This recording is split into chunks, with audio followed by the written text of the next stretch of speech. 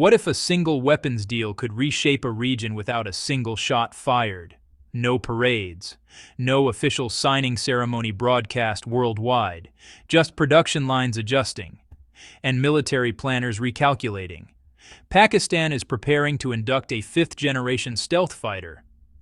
China is exporting such an aircraft for the first time ever, and India, the region's largest air force, is watching this happen without a comparable aircraft of its own. This story isn't really about jets. It's about access, constraints, and who controls escalation in the next South Asian crisis. Because once stealth enters a regional rivalry, the old rules stop working. Section 1. Why this deal is different. Arms deals happen all the time. Most of them don't matter beyond inventories and headlines.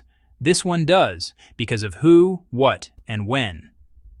Reports indicate Pakistan's Air Force has approved the procurement of around 40 J-35 stealth fighters, with deliveries expected to begin within roughly 2 years. If confirmed, this would make Pakistan the first foreign operator of China's fifth-generation aircraft. That alone is unusual. China does not export its most sensitive systems casually, and fifth-generation fighters sit at the very top of that pyramid. So the real signal here isn't just a sale. It's trust, alignment, and strategic timing. China is choosing Pakistan as the first external node in its stealth ecosystem.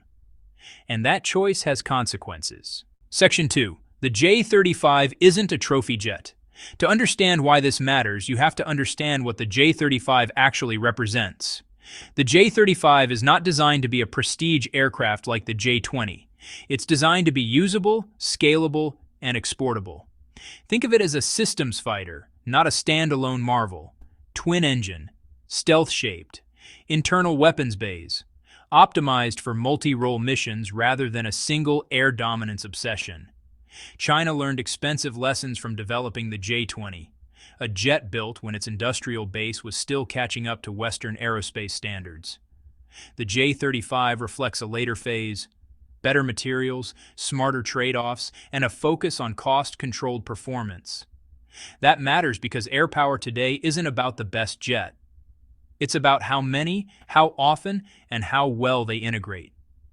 And that's where Pakistan comes in. Section 3. Pakistan's actual requirement. Pakistan does not need a peer competitor to the United States Air Force. It needs something far more specific: survivability against modern air defenses, first-day penetration capability, credible deterrence against a numerically larger rival. Stealth in this context isn't about domination, it's about denial. A small number of stealth aircraft forces an opponent to disperse air defenses, keep fighters on constant alert, assume that any radar contact may already be too late. That's a disproportionate effect. For Pakistan, the J-35 doesn't replace every aircraft. It anchors a layered force that already includes J-10C fighters, AEW and C platforms, long-range air-to-air missiles, drones, and ground-based air defense. Stealth becomes the spear tip, not the entire spear. Now let's look at the other side of the equation. India currently fields upgraded fourth-generation fighters, along with a limited number of high-end imports and a fifth-generation program that's, well, still in development. This creates a capability gap, not in numbers, but in options. India faces 3 theoretical paths to a fifth-generation fighter: develop domestically, buy from Russia, or buy from the United States. Each path comes with some serious constraints. Domestic development takes time, measured in decades, not years. Russian production capacity is limited and already stretched. U.S. exports come with political conditions, interoperability requirements, and usage restrictions.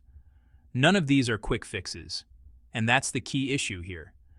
The J-35 doesn't have to be perfect. It just has to arrive first. Here's what often gets missed. Stealth aircraft don't just change combat, they change decision-making. In a crisis, commanders ask, can we see the other side clearly? Can we strike without being struck?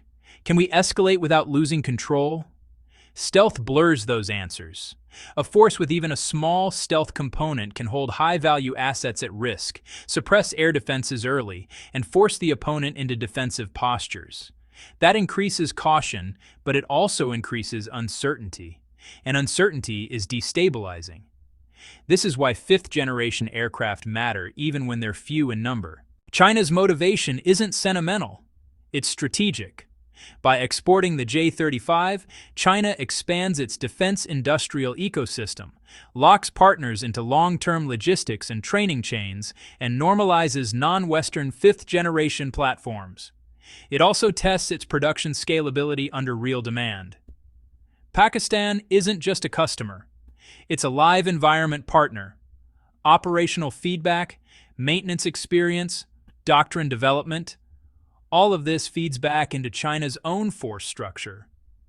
This is how military ecosystems grow, quietly, incrementally, and irreversibly. Once one state introduces stealth, others must respond.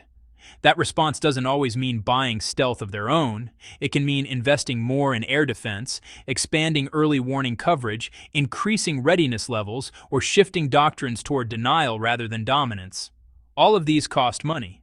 All of them divert resources. So the real impact of the J-35 export isn't just Pakistan's new capability. It's the cost imposed on everyone else. This story isn't about hype. It's about momentum. For the first time, a fifth-generation fighter developed outside the West may enter a regional rivalry as an export system. Not a prototype, not a promise, but an operational tool. That changes how power is measured. It changes who sets the tempo, and it changes who gets forced into reaction mode. The J-35 doesn't need to dominate the sky. It just needs to make the sky uncertain. And in modern warfare, uncertainty is often the most powerful weapon of all.